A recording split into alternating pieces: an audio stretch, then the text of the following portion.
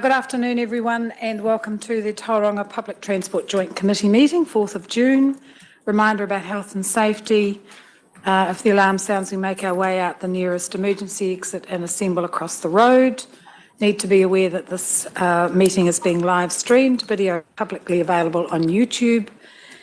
And a reminder to everyone to turn off their mobile phones. So we have already had a meeting today we don't need a karakia. There's no apologies, we are all here. No public forum. No late items. No late items? No. The update from on the on demand has been circulated, is it? Are you counting that as part of the? I thought that was going to be a late item. It was circulated earlier? Yeah, but we're in a meeting, so I thought it came through. You don't want that as a late item? Do you want it, or is it already on? I didn't see it on the agenda. I think. No need? Yes. Yes, we received it this morning. Put it as a late item. I think we'll just have it as a late item. Yes, okay, yep. Okay. Would you like to move that? Yeah, happy to move. Yeah. Yep, okay. Second it? So the on-demand, it was just an update. Yep. But impressive, so it should be, it's good to have it tabled, I think. Yeah. All those in favour say aye. Against? Carried, thank you. No confidential business transferred into open, no change to the order of business. That brings us to the minutes of the Transport Committee meeting held on 1st of May. Happy to move. It's a true and correct record. Andrew and Stephen, any discussion? All those in favour say aye. Aye. Against? Carried. That brings us, any declarations of conflicts of interest? No. That brings us to the business items today and the update report. Do you want to take us through that? Sean, are you dealing with that? Sorry, I was just actually finding the agenda. Okay. Right. Agenda page 20. Yeah, I can speak to that. Yeah, so just the same as previous meetings, we'll take the report as read, and if you've got any questions on the individual projects, I'm happy to answer. Thanks. Nothing there you want to highlight? Nothing in particular. The only one I thought it would be worthwhile, I'm not sure whether we dealt with it at the last meeting, but just to make sure that these regional councillors understand what's happening with Hewlett's Hull Tortora, how we've divided that up. Did we talk about that last time? Following I can't remember the acronym. Where is it? The VOS committee. The VOS committee. So following that discussion, do you want to talk to that, Tom? Just to bring them up to date? As owners of a considerable amount of port shares, I'm sure they're... I can, Chair. Thank you. So in summary, NZTA have submitted the indicative business case for the Connecting Mount Maunganui project to the Value, Outcome and Standards Committee of NZTA, which is a pre-board check in effect. That's been sent back to the project team and partners for a bit of adjustment and revision before resubmitting. Part of what we've briefed and discussed at the last council meeting that the chair is, I think, referring to is that TCC and NZTA will now look to proceed with some enhanced early works relating to the local road network in between Hewlett's, Totara and Hull to improve local road connections and permeability of the light industrial area. Yep, so that's connecting up. Mayory Street? Tamari Street. Tamari Street. Tamari Street District. Which council owns the land? So indicative timeframe for that work? Not yet known for physical works. We have some the final revisions of the business case to settle with NZTA and then submit back to the board first. And then that decision should be able to give us some greater clarification around timeline for funding and works. And then they are revisiting the overpass to make sure that the option that's been in the indicative business case is the most effective, most efficient option. Even though they've been through a large number of options, they've been asked to go back again and double check. Welcome, David. Am I representing it right? Doing a great job. Exactly right. They're breaking it into some different components because it's quite a big chunk. And some of it's local, and then some of it's joint, some of it's state highway. That's correct. And adopting a more staged approach in part was one of the initial recommendations of the VOS committee and that feedback. So the critical bit is getting an alternate route through the industrial area. So because the minute you touch anything in Hewlett's Road, you bring the city to a halt, as we saw with the work that they did in Tauranga. So that makes perfect sense. Stephen. Thank you. I did have a question through you, if I can, just on the bus stops. I think we're making great progress, or the bus shelters, I should say, making great progress on those. But I'm curious to understand what's happening in Tauranga Street, which is that not being done because of the potential route change for the buses, or is it due to be done? Specifically in regards to shelters on Tauranga? Yeah. I don't know in detail, so I can't confirm, Commissioner, but I expect it's probably just not Tauranga's turn yet in the program of delivery. I'm not sure what the order of priority is, but must not be Tauranga just yet. 16 or so to be done. Correct.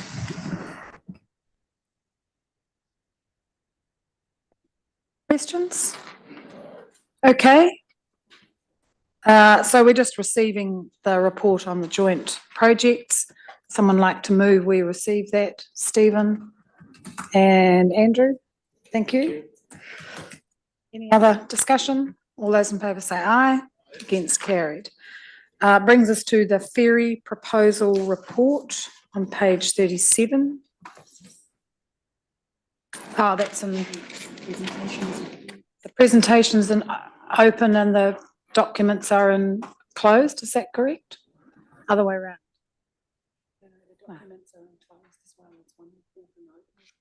Oh, right, okay, okay.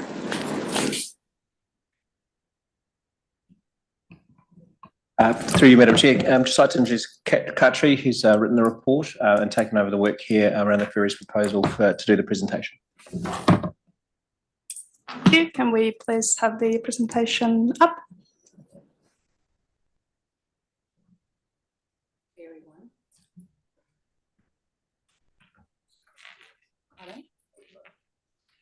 Yes. Oh, well then we have to go into PX. We actually have to go into. We have to go, because it was a bit confusing because I've suddenly got a PX in the middle of my agenda. So we have to go. Why don't we leave it until we go into PX? Let's go and, we're doing the joint structure and open. Is that right? The joint. The joint committee structure, is that an open? Yes, yes, okay. Why don't we go to that? We'll come back to the ferry proposal. Because we can always bring part of the ferry proposal back out into open. Okay, yeah. If we start in committee. We just. So we'll stay in open. Here they are.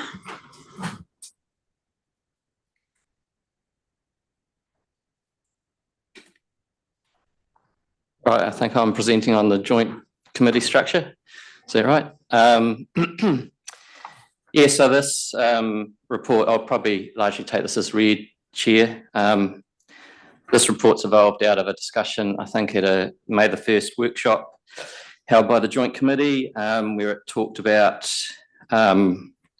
future decision-making and delivery of transport functions in the sub-region. So the report backgrounds, I guess, the evolution of the discussion to date, what the committee discussed and the sort of staff process that went underway.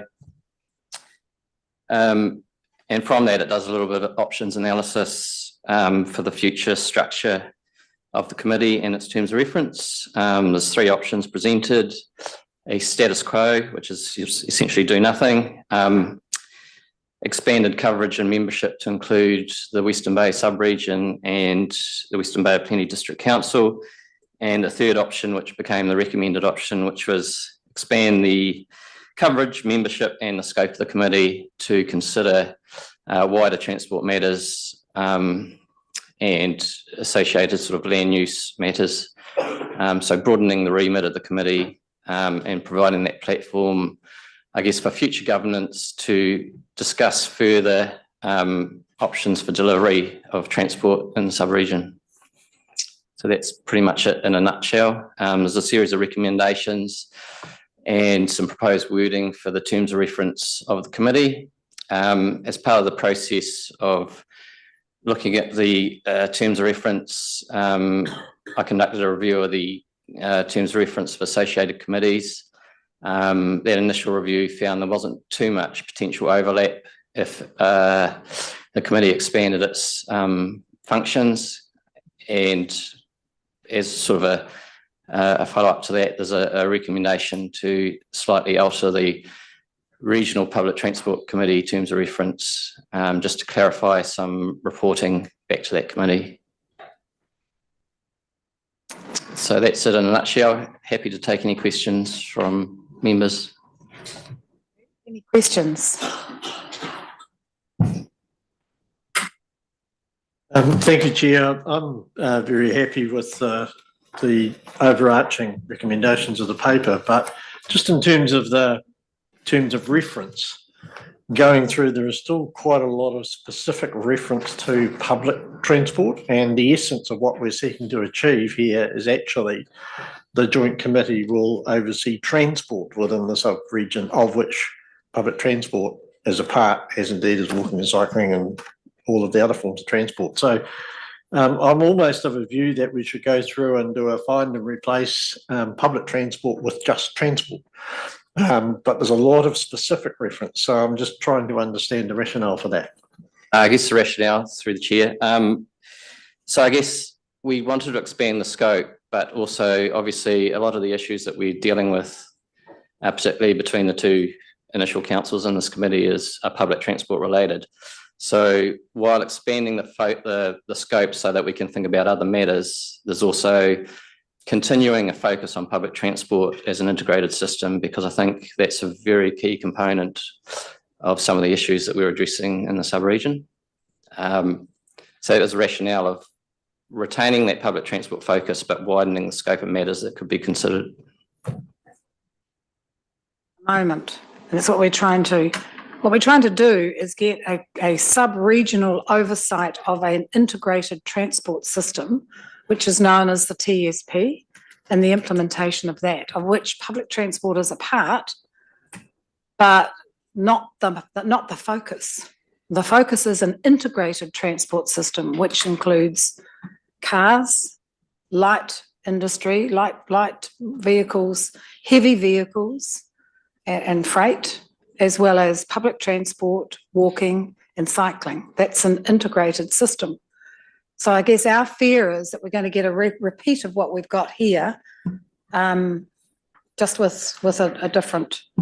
I mean, I understand that we'd have to be quite specific that the powers of the regional council under the Local Government Act, which the regional council deals with public transport, are being transferred into that committee.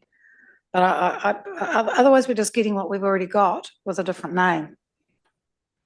Through you, Madam Chair, I think the suggestion by Commissioner Selwood is easy to do. I think the language is pretty adaptable to a wider brief or a PT brief. And I think from our perspective, we wanted to make sure that we're pulling the lever over enough or not enough. So that's what we're hearing at the moment from the feedback. I think one of the key things to point out is that when we talk about programs of response, we'll be talking about transport programs of response, which will widen the brief about who can come here and what we have to report on and bring back to you as matters of progress. So, for example, public transport work program, it's within our remit and wherewithal to be able to do that. Once it becomes wider, we will have to be very reliant on the membership in order to do that. But I think that's the intent of the committee, if I'm reading the room right. And that's what that would mean. But so there is a little crunchy bit in that terms of reference. We just wanted to make sure that you're comfortable that the membership then gets committed to reporting back on transport program and progress. And that's the difficulty that we have with any of these representational committees. And Smart Growth's a classic, where you commit to a spatial plan and a program of delivery, and then the representatives have to go back and get that agreed by the wider council. So just as regional councillors will have to take back the public transport aspect, thus the city council and the district council representatives would have to take that back to their council and get agreement on that. And therein lies the difficulties, but the opportunities. You're shaking your head. Well, yeah, through you, Madam Chair. I don't see, I get the broader brief and I think that's what we all want. But we've got this situation at the moment where it comes here, great ideas, tickety-boo, then it has to go to a regional PT committee and then off to a regional council committee. And that can take some considerable time. How is this going to alleviate any of that? It just doesn't seem to me that it is going to. Wasn't the original suggestion that it went to your council rather than go through your PT committee? Well, if there are matters of PT, I'm presuming it would have to go to the regional PT committee. I thought in your original structure you didn't have your PT committee. In the proposals that we were shaping up in that presentation, we were simplifying that. I think this little tweak that we're making now does change that pathway again. But I think also in terms of what we heard from the committee meeting last time was this is something that we can do now. And we can move to this as a first step. There's certainly that intent within that workshop and those proposals to move again in the next step. But I think there was a time that was required for both Regional Council and TCC to see what it needed from its committees going forward. So simplifying the process was absolutely part of the intent of that workshop and the elements coming out. This has not solved that yet, but it must be in the next steps of any change to help with the governance. So the broader brief is the very first step, but then after that, it's consideration of what approvals are required from that point onwards in order to get progress and momentum moving. And that would definitely include the consideration of our other committees.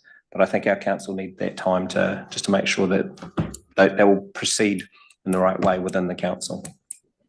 So, yeah, through the chair, just picking up on the suggestion of clarifying the governance pathway in terms of decision making, we can certainly tweak the proposed terms of reference to clarify that matter and state whatever the committee decides to say. If it wants to go straight from the joint committee to the respective councils, then that's what we can put in the terms of reference. From our perspective, we're making a recommendation through to an incoming council, and that would be our recommendation, was that the TSP was discussed at this joint meeting where you've got the sub-regional transport matters in front of everyone, and then that would go direct to council. So it's a standing committee of council, if you like. That was certainly in our thinking. Yeah, totally. I mean, it was what we were seeking to do, I think, was to integrate our thinking about transport, and that's all modes of transport, and then to integrate transport with land use, which was the other key component. So the transport system is working for the city, and then to streamline governance so that this joint committee, having made decisions, can then take those recommendations directly to the councils who make the final funding commitment. That's the basic structure that I certainly had in mind, or certainly both Anne and I had in mind. So it would in part achieve streamlining of governance, which is, I think, Paula, what you're seeking. In the end, we've still got our overarching councils who have the checkbook to sign it off. I'm really looking to you, Andrew, because this is going to impact the regional PT committee. Yes, it will, but I think this committee should always report still to make a report to the regional PT and the regional transport committees as of right, but from the delegated authority to act should go from here directly to the councils involved in the funding decisions. But which is that how you envisage it, Mike? Absolutely happy to make those changes. That's Hang on a minute. If TCC is putting its transport issues on the table to make recommendations on transport changes and developments, we don't want it going through the inevitable cycles of a PT committee and the regional council. No, I wasn't saying that. sorry, through you, But Madam still Chair. a separate report to the Oh, PT. so just a report to, but Just not reliant. Not reliant. But there will be joint decisions, which will mean you are still jointly reliant.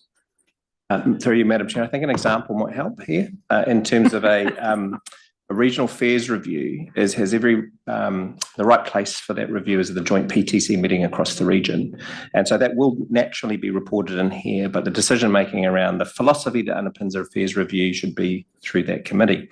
Other matters can be divided up into more of a report, so that the committees do stay connected across the transport program. And so, as I understand, Andrew, that was what we were suggesting, and the actual decision making go through to full council.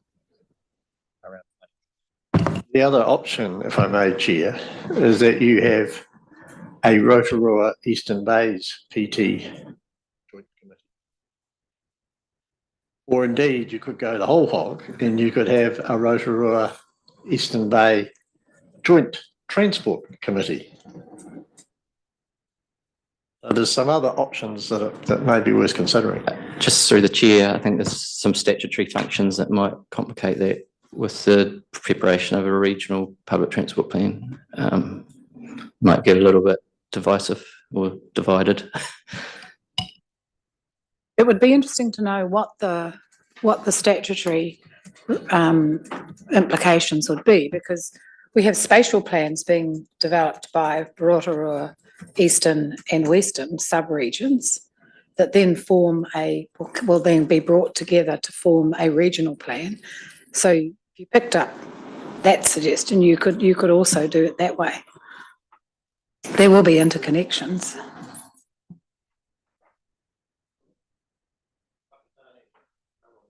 Support those sort of services, but Yeah. Are we getting anywhere? Maybe to summarise, from what I understand is that we'd like to update the terms of reference to make sure that it broadens the brief to remove public transport as a key word, and we're accepting of the implications it has for reporting. The addition to the terms of reference would be to make it clear around the suggested approvals pathway for key decisions, and that being financial. And I think that's to be able to shorten the decision making between projects being approved or not, or activities, let's call it that.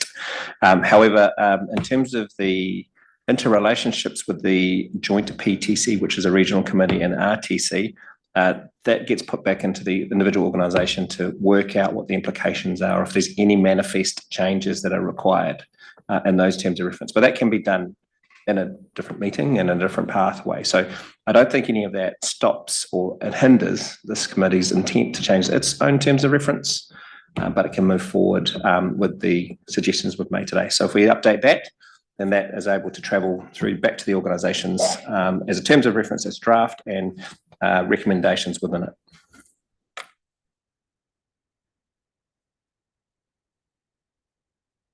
We're still at the mercy of an incoming council who might not like any of it.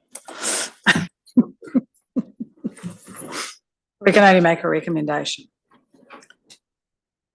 Madam Chair, just, yeah, that's okay. Just in terms of the terms of reference, I'm looking hard copy, page 52, ensuring transport decision-making. You mentioned UFTI or UFTI, we're never sure how to pronounce that either. I was think counting on you for the correct. now that we have an adopted FDS and a smart growth strategy, I think they should be included within that.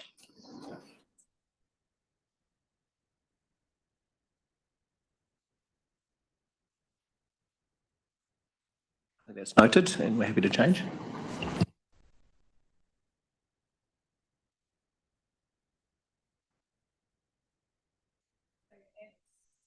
What's this?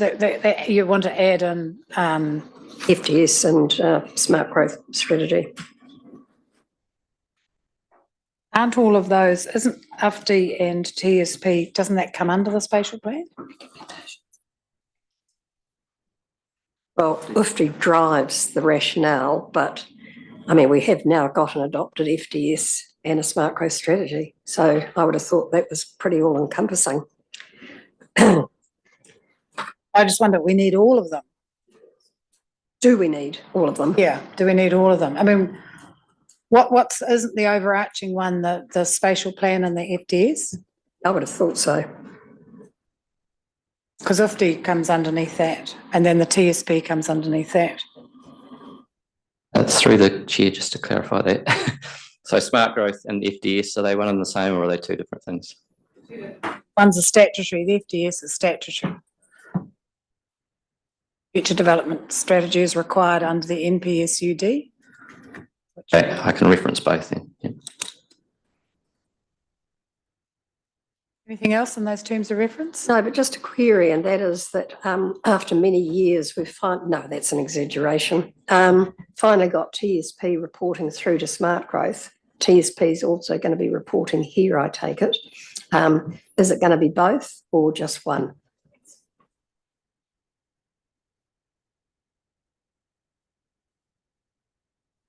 So the TSP initiative is going through a review of its governance and management and reporting structures at the moment, and the intention of that is to bring it closer to councils and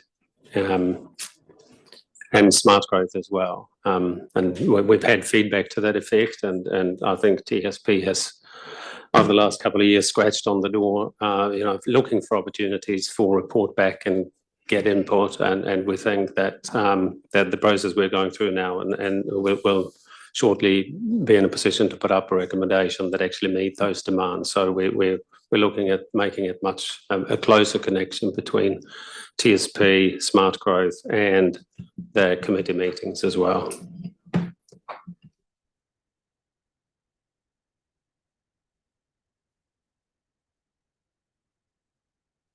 That because we're just trying to get these recommendations. But what did you say? Sorry. The TSP initiative is going through. Reset would probably be overstating it, but we're looking at its governance and how it's managed and how it reports back to committees, councils, and to smart growth at the moment. The connection has been loosened up over time, and we want to tighten that back up. So that's the point of that piece of work that we're going through right now. And in fact, the partners have a workshop visit next week, I think it is, to try to finalise that. So we're pretty close to putting up a proposal. The thing for me though is that smart growth, now that has done the spatial plan, signed that off, and the FDS will have an oversight role now, which is probably only 6 monthly to get an update on progress on the projects, in which case TSP is better discussed, I would have thought, where you can have active discussions if that joint transport committee is set up, that's the appropriate place, and then just reporting on projects at that higher level to smart growth. So I agree with you entirely. A related issue is the governance structure that has been established for the 5 significant roading projects, the purview of TCC. So where does that governance body sit in relation to TSP? Does that report through to TSP? It has, it reports to its status for information, but it's, that's a delivery oversight group only. So a TSP is a partnership and a planning function, and it generates the agreed program of interventions in the region. The OSG, the oversight group over the 5 major transport projects between us and Waka Kotahi, is a delivery one only. So that's about project management 101 basically, and Contracts. contracts, procurement. cost control, project management 101 basically, time, cost, quality, those sorts of things. So it's quite a sort of contract project specific that will report back to TSP and AFTI as required, but it hasn't got sort of a function in the TSP realm per se, because that's more a partnership and the planning. I don't know if you have a. It's really just to make sure that the delivery of those projects, if you think where it came from in the discussions with NZTA, was that anything that they do in any of their projects affects the city, because we use those state highways as arterials. So it started as a way of ensuring that we're working together on the plan and on the delivery of those projects. And it came to, it really came to our attention over, Cameron Road, more importantly B2B, and the effects on places like Lynx Ave and Ocean Beach Road. And then again, finally with Cambridge Road and the closure of that for the TNL. And so we sat down with NZTA and said, look, we've just got to work together on this so that we're planning far in advance the disruption that's caused by any changes to any of those state highways. And by the way, neither one of us are particularly good at that time. What did you say? Time, cost, and quality at some of these projects, and we would benefit by having some national expertise to help with the delivery of those projects. So when you look at who's on that oversight, that's particularly why we brought Stephen Town in, because he knows the community and understands how the community works.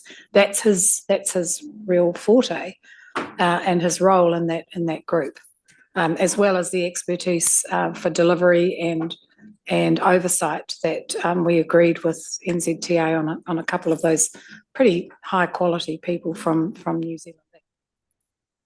So they are focused on those 5 major projects rather than the TSP, which is the whole sub-region and how the transport plan for the whole sub-region works. That help? Yes, although I would have thought that a joint transport committee would want to be satisfied that that group have it under control, that they are delivering to time, cost and quality, and even broader than that, that what they're doing is well planned and integrated with the transport system. So if we're blocking a road to build it, we have a viable alternative for people to use, be it public transport or car or whatever it might be.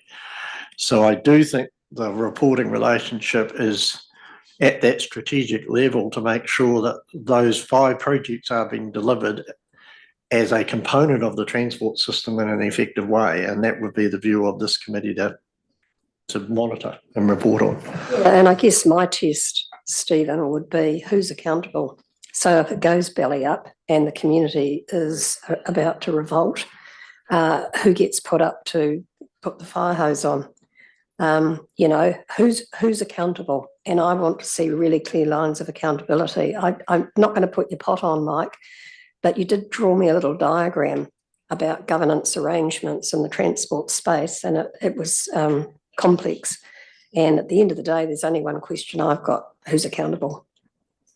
And it still sounds to me a little bit. But it isn't. It's never going to be easy when they're joint projects between NZTA and TCC or Western District or a combination. If you look at Tauranga, which is the latest one that we've negotiated, TCC pays, has the liability, NZTA delivers. So who's accountable? Well, actually, the ratepayers are going to end up accountable because they pick up the cost of any cost overruns or any time overruns. And there's no way around that because that's the contracting. That's the NZTA contract. That's repeated all across the country. So the accountability is really difficult, which is why we said, let's do this together, because you know as well as we do, the ones who will get roasted are the councillors who are the closest to the people, and NZTA is a big organisation. But let's do this together so that at least we'll be aware and have some input into any of those overruns, any of those liabilities. But in the end, the ratepayer's accountable. David's got his hand up. Yeah, I just thought perhaps I'll just have a word about Paula's question and use Tauranga as an example. My expectation is that our project management team will front if they stuff it up, and they will be accountable. We are delivering for TCC, and therefore we are accountable to TCC for getting that delivery done and to TCC's ratepayers. No question. But we are doing this work and planning it together, and as Chair said, that oversight group just brings a little bit more experience and school of hard knocks, if you like, to our program, and they're there really to ask us the hard questions, whether we've turned over the right rocks, whether we've thought about the right things. They're not decision makers, but they're very, very clearly there to ask us questions that perhaps others wouldn't, to make sure that we are doing the job right. It does get a bit confusing, though. I agree with you, Paula. There's a risk of mixed accountability.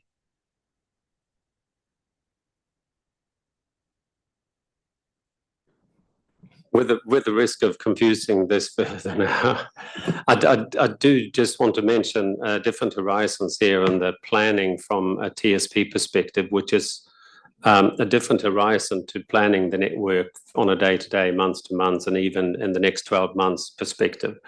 So TSP sits beyond that, and it is developing a tool to sort of see what it can do simultaneously on the network without it all breaking down. But closer to home than that, between us and Wakakatahi, NZTA, we are planning, and the planning stage is now setting up a network integration function, which will have more of a short to medium term planning component that is not just relating to the 5 major projects, but everything that's happening on the network, which could potentially have an impact on throughput and traffic. So we are sort of in the earlier stages of that, but there is a plan of us having resources together between the two of us, and we've talked to Regional Council about this as well, of having a resource in TTOC, real time, basically looking at network changes and what's happening over the next week, month, maybe even out to a year. So it's a model that has been used in Auckland, between Auckland Transport and the council and NZTA for a while. And we think with what we've got coming up on the network over the next decade, it's something that we just can't not do. It's a really important part of really interrogating it and keeping traffic moving. See that reporting to this potential council, this committee? We're setting up this joint transport committee. Yeah, that's right. I mean, whether it's a dashboard or whatever, but that's one part that we think that we would have to report back on, as well as from the oversight group on the time cost quality component, that sort of thing. They'll be reporting on what we're planning for the network and how that can work with what's coming up. Okay, so on the terms of reference, have you got something, Andrew? Well, I'm just. Do we need to widen that to smart here? Based on this discussion.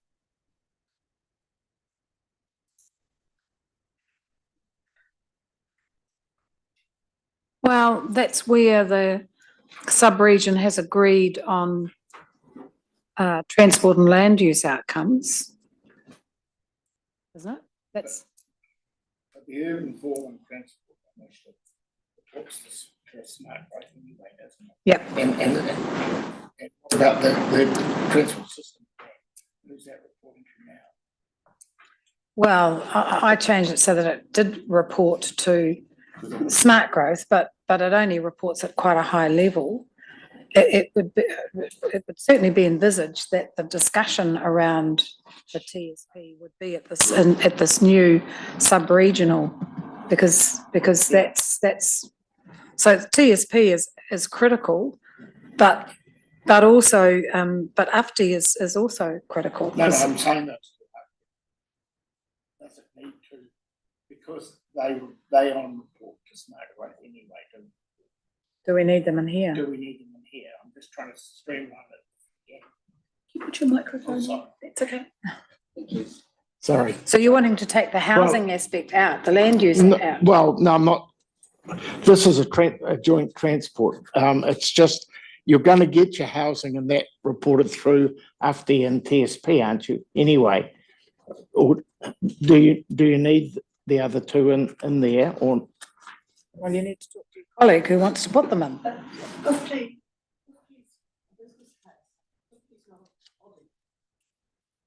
So UFTI is the rationale that it's linked to. Microphone? Microphone on. Yes, is the short answer to that. Through the chair, just a suggestion. So the wording there, with that particular clause, which references UFTI and the TSP and could reference the smart growth strategy and FDS, it's around delivering on the vision of those documents. And so if we name check it, it's not necessarily have massive implications other than, yes, we recognise that we need to have reporting that delivers on these visions through these various processes.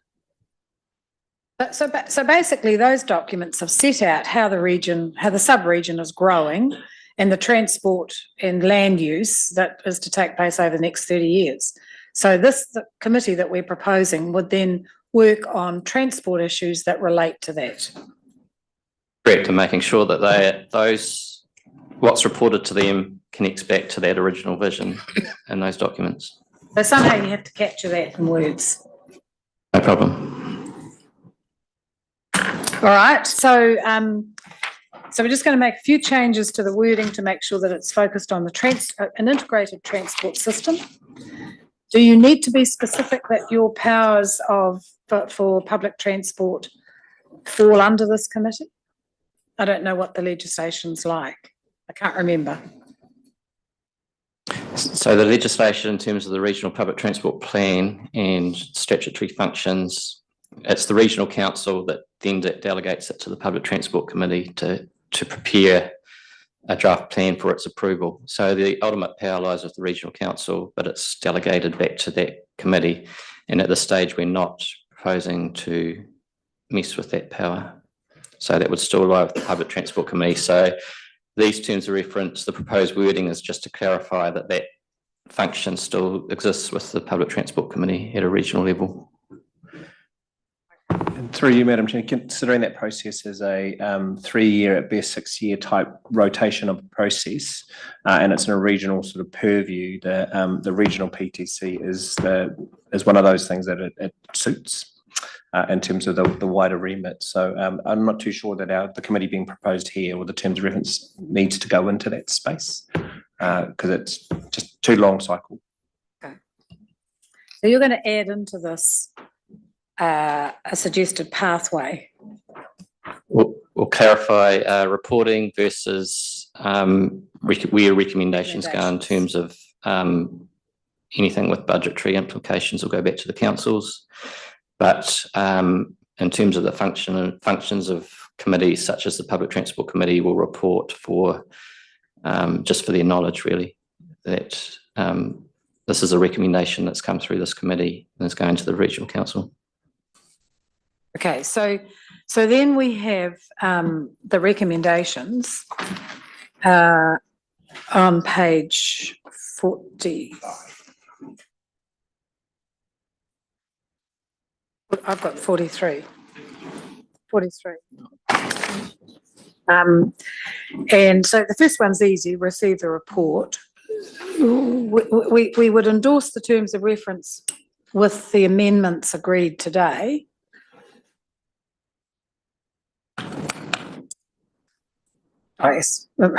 Sorry, I read the rest of it, but including any amendments that we've made. And then recommending the revised terms of reference to the three councils. Just to note, the original report also included the New Zealand Transport Agency in that recommendation. I just don't think it's carried through to that cover recommendation. No, so the question for me is,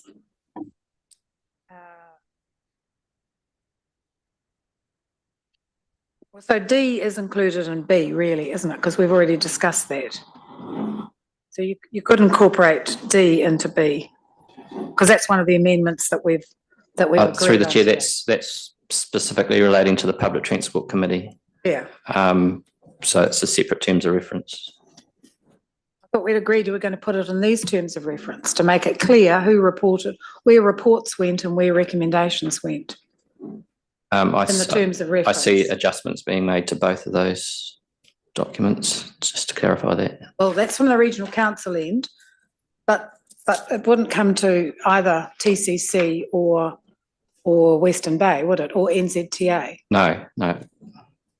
So wouldn't it be better in the terms of, when we're talking about the terms of reference, that you just you clarify where that committee would report and where who it would recommend in the terms of reference, and then what the regional council does to clarify its part can be done by the regional council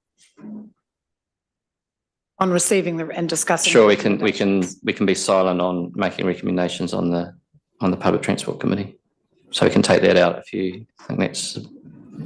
But you'd clarify it in the terms of reference. I'll clarify what the position is in the terms of reference for the future joint committee. Yeah.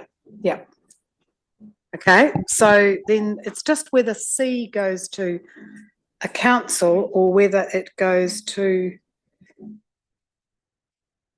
I'm just trying to work out the difference between C and D. Because we've got one more council meeting next Monday for TCC, and we would have it as a recommendation to the incoming council. So we wouldn't adopt it, we would recommend it to the new council. That's the difference. That's why we're hesitating over the wording for the recommendations. So I'm just wondering whether we can refer the terms of reference to the three councils and NZTA for consideration.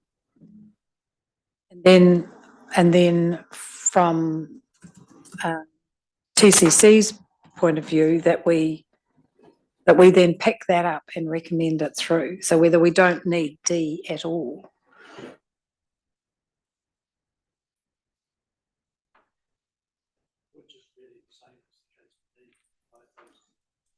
Yeah. Through you, Madam Chair, just comfortable with the suggestion of that. I think there's two elements within C and D that need to be pulled into one, perhaps. One is around, rather than adoption, that is the word in C, we can use endorsed.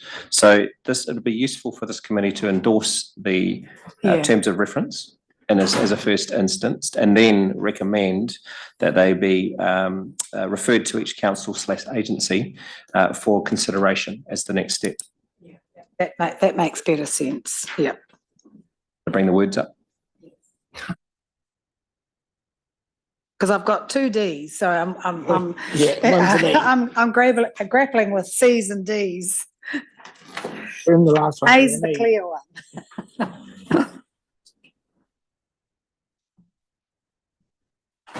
And NZTA we need to add in to it as well. Yeah, I've done that. Because they were.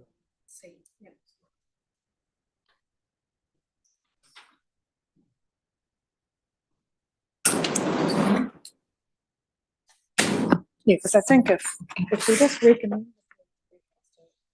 those councillors. Yeah, no. That's all. Then they consider it and make a decision, yeah or no.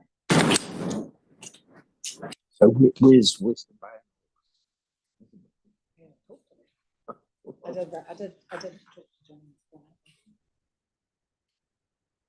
He said, does it mean I have to come to a PT meeting and talk about Tauranga buses? No, you've got to talk about your Western Bay buses. Gary used to moan to me all the time about coming to bloody meetings and talking about buses and Tauranga. But he was a logistics man. He put us big fun. Just give us a workers' bus in the morning and a workers' bus home at night.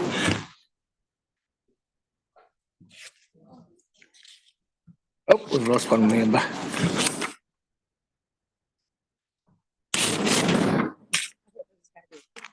Yeah.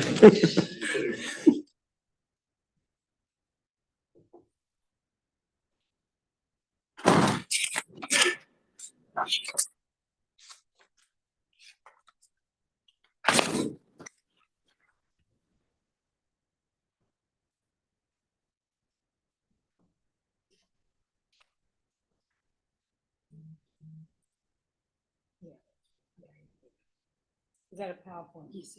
Okay. We'll do your on demand. Okay. And then we'll go into PX. Yeah. Queries. Yeah.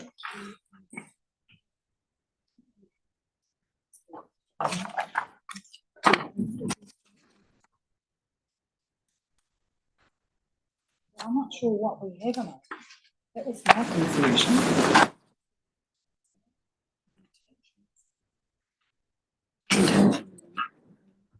Yeah. Okay.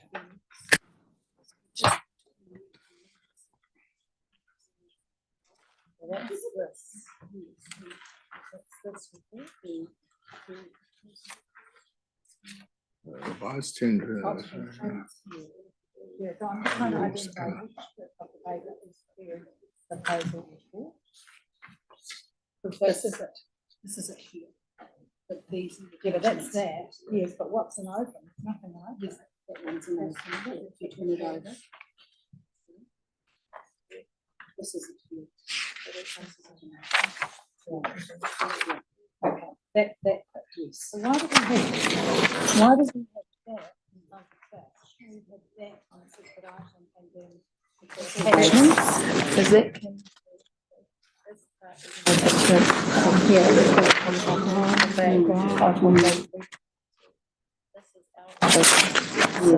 In order to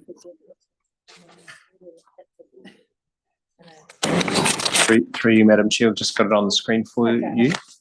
So be clear, we've got A, receive the report, and then B, endorses the terms, attached terms of reference for the Tauranga Western Bay of Plenty Joint Transport Committee, including any amendments arising from the discussion of the report. And then is this C? This is a new C. Recommends that revised terms of reference for the Tauranga Western Bay of Plenty Joint Transport Committee are endorsed and referred to each council and the New Zealand Transport Agency for consideration. Excellent. Full stop. I'll move that. I'll second it. Excellent. Excellent. So moved and seconded. Any further discussion? I'll put that. All those in favour say aye. Against? Carried. Thank you very much. Good work. Really good work though. Let's hope that the incoming Tauranga Council sees the benefit of it. Right, so now what we have to do now that I've got my head around the ferry proposal, in the agenda, there is a report from the Regional Council on the ferry proposal, and that is in the open part of the meeting. The attachments to it are in public excluded for the reasons that are outlined in the agenda here. Items 9 and under 9.2. So, is someone going to talk to the agenda item? It's really the background to the proposal. Yep. Thank you, Chair. Can we please have the presentation up? No, we're not in PX yet. We're still in open. Yeah. We're just doing the open part. We're just. Yeah, if you want to, please. Through you, just- Madam Chair, just- I'll take the general recommendation on the paper, and then we'll do the presentation later. So just in, I don't need that. So the Ferries proposal came to us, and it's been a matter for consideration for this committee for some few meetings now. It's fair to say that in the approach, both teams have considered the information that's available and have sought to try and understand what the proposal looked like from a feasibility perspective. And I think we've come to a point in that understanding where we can support the recommendations in the paper, and we've covered off in what we, in our minds, are the major risks associated with our engagement with such a venture and proposal. Now, hopefully we've presented that to you and can discuss that in more detail later. In general terms, however, we're at the point where I think both councils are going to consider funding this venture, and that's really the matter before that this committee is to elicit support from both councils to fund this proposal. There is a next step, however, and that's to operationalise this, and there are further considerations in that operationalisation. I'll say that again in another way, and that getting it underway, and I just wanted to put that on the table in that we think we've got enough information to reach that hurdle, but we'll probably need to do another step once we get a bit more of the details underway. So fundamentally, we have a Hauraki Express proposal. Both councils asked for funding the operational elements. The capital expenditure is part of the proposal within the paper, and we're making the recommendations that are contained in the report. So from TCC's point of view, we have already considered the report and the proposal. We've been quite explicit that we were happy to support it on to a certain financial limit, which is $700,000 each, providing regional council came to the party with half. But we have put a limit and understand that there is still literally more water to go under the bridge, pardon the pun, but we were limiting the financial subsidy that we were prepared to pay, and asking the regional council to do the same. So from TCC's point of view, we would be endorsing B3, but accepting that we were only prepared to accept a particular financial risk, a limited financial risk. That's where we are. And that is exactly the same position that the regional council informally came to, as long as we're absolutely limited to that 700,000 a year for 2 years, to limit the risk for us as well. Yeah. So if there's any overrun on that, that's on the operator. I think that's the deal that Mike's sort of referring to, is they've put a proposal to us, they've given us some likely figures. They're prepared to stump up with the capital. We're saying, well, we'll underwrite the operating to a certain limit, and anything beyond that. So that's what has to be negotiated now. So we might need option 3 to just reflect that in a way that respects those financial limits that have been set. Do you think? I think so. Request staff of TCC and Bay of Plenty Regional Council to progress a Tauranga Harbour ferry trial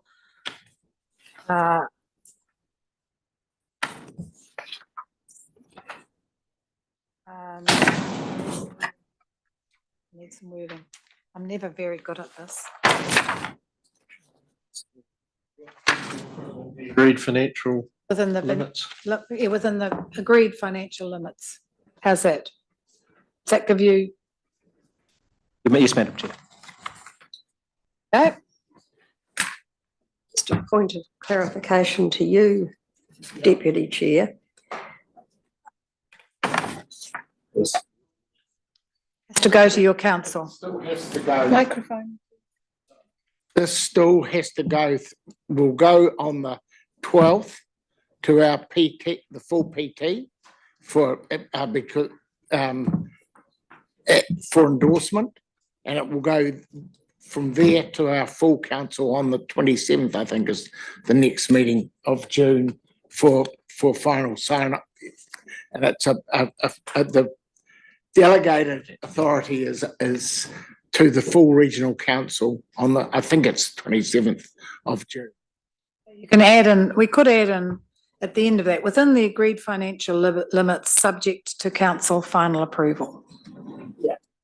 Yeah, I mean, I just note a comment in the report that staff understand there's an appetite from both councils, obviously including the regional council. I'm not sure where that gauging of appetites come from. I'm not concerned, Tauranga City have made their decision, so the gauging of that appetite. Through you, Madam Chair, I think the conversations at the committee is gave us a bit of a sentiment. Perhaps that's inaccurate and we can edit that, but at the same time, I think we've been instructed at each step to further the proposal. Perhaps that's where the sentiment came from. Okay, then I think your wording would be probably belt and braces, making it very clear to our colleagues. The decision ultimately Will rests rest with them. Yeah. Yep. Bay Plenty Council, because the regional council, because TCC's made its decision. Yeah. So we've added in within the agreed financial limits, subject to the Bay of Plenty Regional Council final approval. Madam Chair, just an issue that has been raised with both Andrew and myself is the configuration in terms of the number of cycles that this can take.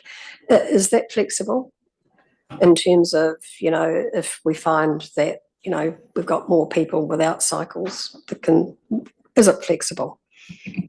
Through you, Madam Chair, the conversations we've had with Hauraki Express is that yes, fundamentally it is configurable in that if there are more people with bikes that turn up, they can accommodate more bikes, but if more passengers turn up, they can accommodate more passengers. However, this is a preliminary design, and I think those are the such questions that we need to bottom out in order to get to the next step. So it's about setting the right specification for what's required, given the relationship we will have with them if this is successful. That's the whole purpose of a trial too, is to see how many people leave their bikes on the other side, and we might need a bike park on the other side. So in 2 years' time, hopefully, we'll have really good information about how people are using it and what the next step is. Okay, so we've got a mover and a seconder. Happy to move. Andrew and Stephen second. Okay, so that's A and B3 with the addition that we put in. Any further discussion? All those in favour say aye. Against? Carried. Thank you very much. So now we go into public excluded for the reasons outlined in the papers. And I would like someone to move. I'm happy to move. Andrew second. Thank you. All those in favour say aye. Against? Carried. Thank you very much.